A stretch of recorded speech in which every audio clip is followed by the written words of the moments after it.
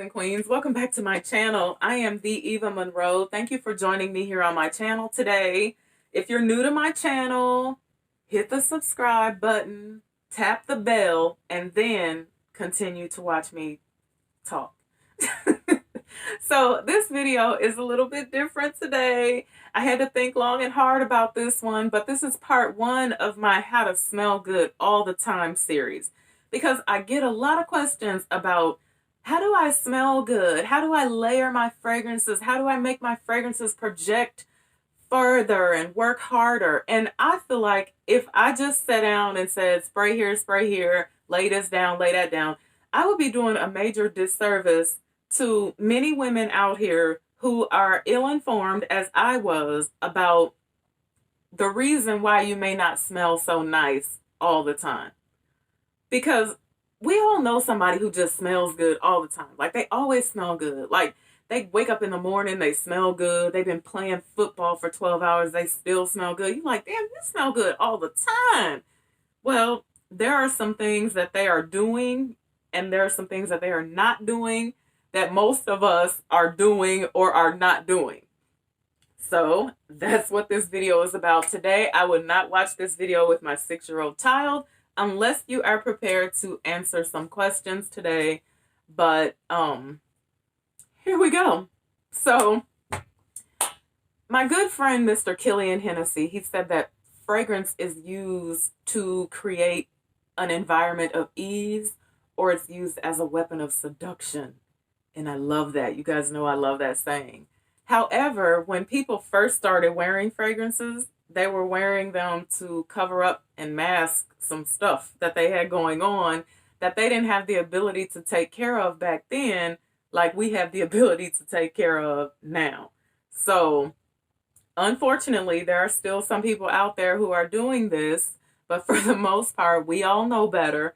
We know that if you apply fragrance over the top of body odor, then you get fragrant body odor, and it's a no, right? So the first thing I believe is that smelling good all the time starts on the inside. Argue that with me. Now, full disclosure, I'm not a gynecologist and I'm not a physician, but I've learned some things through trial and error along the way that have really helped me. So it starts on the inside. The first part of it is your diet.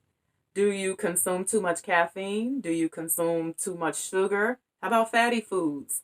How about unnatural stuff, additives and preservatives and all that other junk that we shouldn't be putting in our bodies, but most of us are guilty of doing so.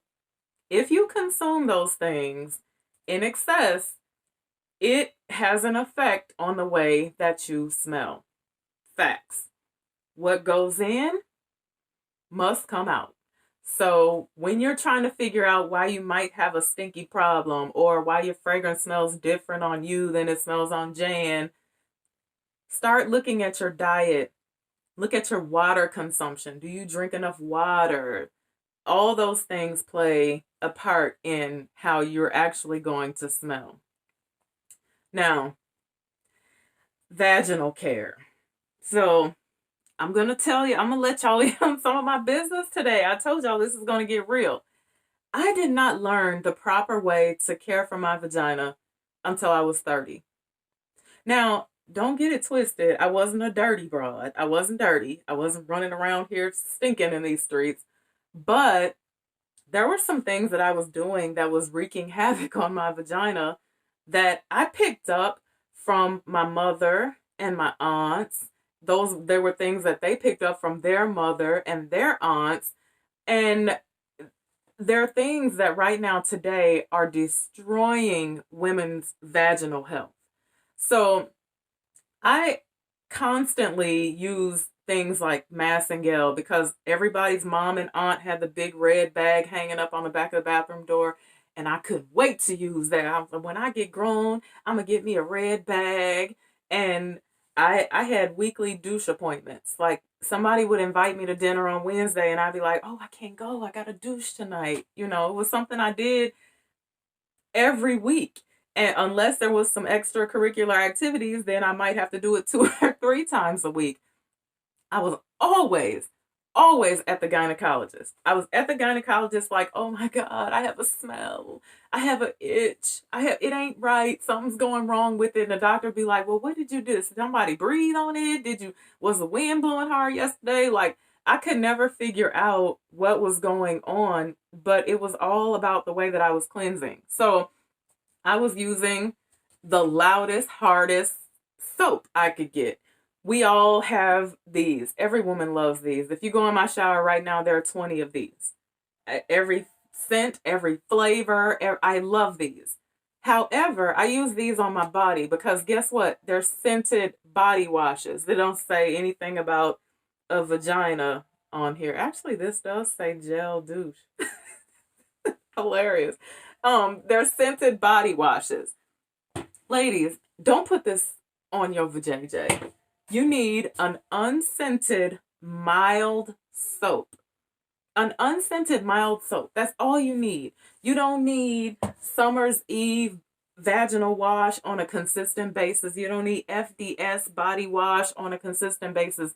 All of those things are destroying your vaginal health. They are killing your natural pH balance. They're throwing your pH off, which is giving you issues. You need a mild, unscented soap, lukewarm water, and a detachable shower head, which will be your friend. That's all you need. Stop using harsh, drying soaps to cleanse your vagina. They are killing you. The next thing is silk panties. I know. Some of the fellas are like, damn, I gotta leave this video. I thought she was standing up there in silk panties. Now you don't think I'm sexy anymore. And I don't give a damn, because I'll tell you, I have on cotton panties. Because I used to be the silk panty girl. I didn't leave the house without silk panties on, because old women wore cotton panties. However, silk panties are horrible. They hold heat. Then where there's heat, sweat builds. And then guess what you can't do through silk? You can't breathe through silk. The area cannot get any air. And so now you have a whole science project. This is one that wasn't even on Bill Nye the Science Guy. You have a whole science project down there and you can't figure out like, well, what's going on? Like, why am I itching? Why is there a smell down there? It's because you created an environment for yeast to safely and comfortably grow. So if you have to wear silk panties, if you just absolutely have to do that, then get you some silk panties that have a nice size cotton crotch. Not the little teeny tiny one, because it slides and it moves and you're going to be dealing with the same thing. But as a whole, save your silk panties for, the night when you're going to put your long heel red bottoms on. Don't wear them all the time because they are horrible. And in the same situation with that is tight jeans. Now, when I was growing up, we called them yeast infection jeans. And we thought that was the funniest thing we had ever heard. Oh, she got on them yeast infection jeans. We didn't really think that there was anything to it. There's everything to it. Because again, when you create an environment where no air is flowing and heat is building, then you are creating a problem. So don't wear your jeans too tight. If you just have to wear them, go get them girl jeans. Don't wear them all the time. Now, the next thing is sprays, which falls into the same category. And I'm talking about like FDS spray, things that you spray directly in the area. Even if you spray these items onto your undergarments and you put them on, it's the exact same thing as if you just douse the area in it. They're very drying to your vagina. They throw your pH balance off. They cause problems. You don't need it. Stop spraying. Now, the next thing, the most important thing that I started doing that totally switched up my vajayjay game was yogurt. Yogurt is your friend. If you can't eat yogurt by the spoonful, get you some type of, what is it? Is it like a probiotic or something like that? They have the pill.